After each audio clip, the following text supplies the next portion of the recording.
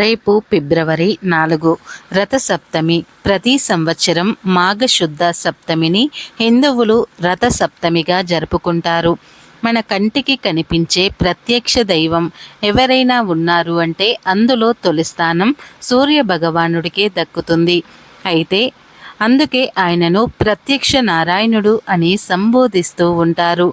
హిందూ పురాణాలు పంచాంగం ప్రకారం మాఘ మాసంలోని శుద్ధ సప్తమి నాడు 1000 కిరణాలు గల సూర్య భగవానుడు జన్మించాడని ఆ రోజునే సూర్యుడు పుట్టిన తిథిగా భావించారు.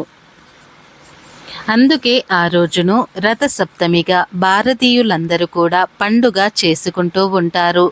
సకల జీవకోటి రాశులందరికీ వెలుగును ప్రసాదించే ఆ సూర్యుడు రథాన్ని ఎక్కి తన దిశా నిర్దేశాన్ని మార్చుకునే రోజు కూడా అని నమ్ముతూ ఉంటారు.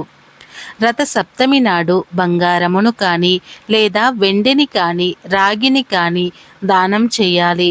ఆ రోజు ఉపవాసం ఉండి సూర్య సంబంధమగు రథోత్సవాది కార్యక్రమాలను చూచుచూ కాలక్షేపం చేయాలి.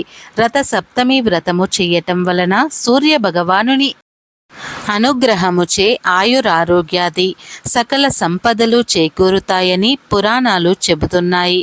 అయితే ఈ రథ సప్తమి రోజున అరుణోదయ వేళ స్నానం చేసే సమయంలో నీటిలో ఈ ఒక్కటి వేసుకుని స్నానం చేస్తే చాలు 7 జన్మల పాపాలు ఆ నీటి ద్వారా పటాపంచలవుతాయి.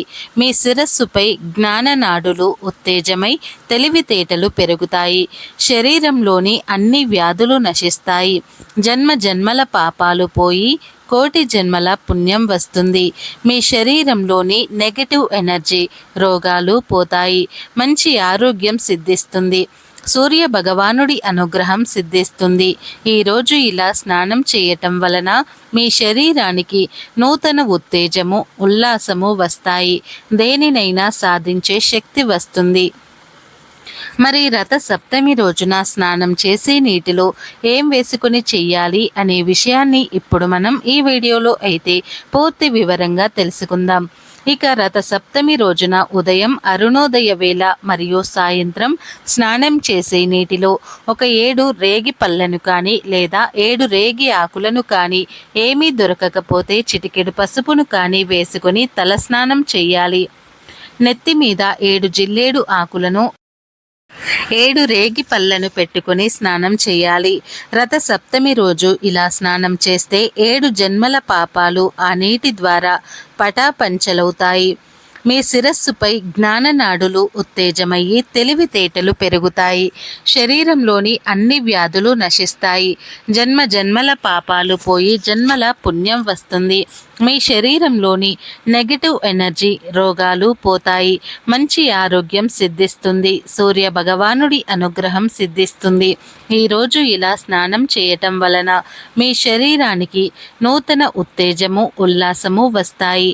దేనినైనా సాధించే శక్తి వస్తుంది. కాబట్టి ప్రతి ఒక్కరు కూడా రథ సప్తమి రోజు ఈ విధంగా స్నానం చేసి శుభ ఫలితాలను పొందండి. ఈ వీడియో నచ్చితే కామెంట్ బాక్స్లో ఓం సూర్యదేవాయ నమః అని తప్పకుండా కామెంట్ చేయండి. ఈ వీడియోని పూర్తిగా చూసినందుకు ధన్యవాదాలు.